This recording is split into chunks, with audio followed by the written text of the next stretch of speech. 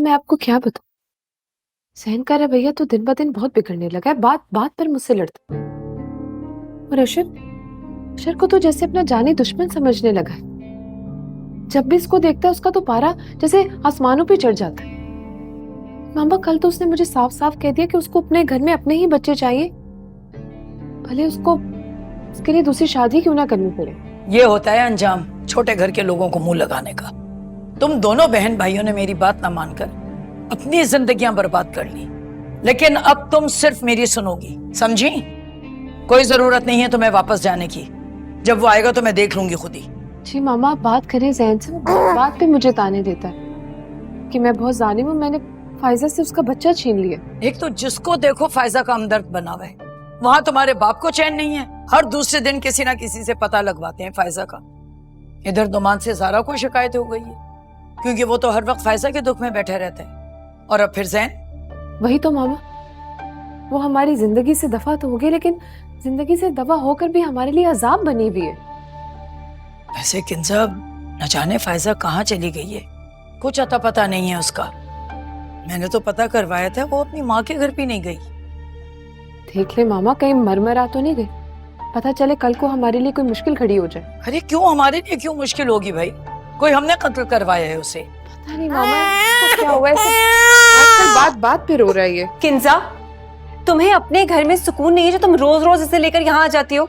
शायद ये बच्चा समझ गया होगा, लेकिन तुम्हें समझ नहीं आता कि मुझे ये बिल्कुल बर्दाश्त नहीं है। लेके जाओ इसे यहाँ से। सारा, तुम तो गिरगिट की तरह रंग बदलती। कल तक तो नुमान को हासिल करने के लिए मेरे आगे पीछे फिरती थी, और आज मुझे घर से निकालने की बातें कर रही हो। तुमसे ही सीखा है कि मतलब के वक्त गधे को भी बाप बना लेनी चाहिए। लेकिन अब मैं इस घर की मालकिन हूँ, लिहाजा अपना सामान उठाओ, इस बच्चे को लो और यहाँ से चलती फिरती नजर आओ। इसकी आवाज भी बर्दाश्त नहीं होती मुझे।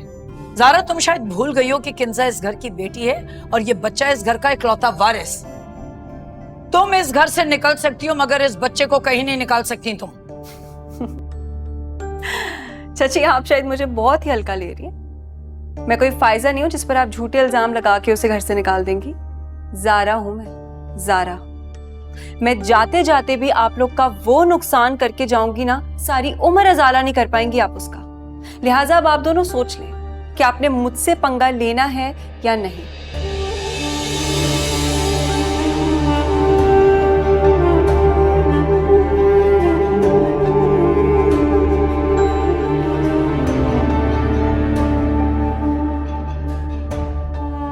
मामा, आप देख रही इसके तेवर?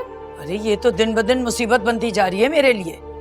आप बर्दाश्त करती रहे, मैं नहीं इसको छोड़ूंगी। आ लेने दे नुमान को, उसको मैं कहूंगी कि इसको सीधा करे। बेकार है किंजा, नुमान अब हमारी कुछ नहीं सुनेगा। फायजा के जाने के बाद से वो हमसे बहुत बददिल हो गया है। चल, एक तो नुमान जो मिल जाए उसी का दीवाना हो जाता है।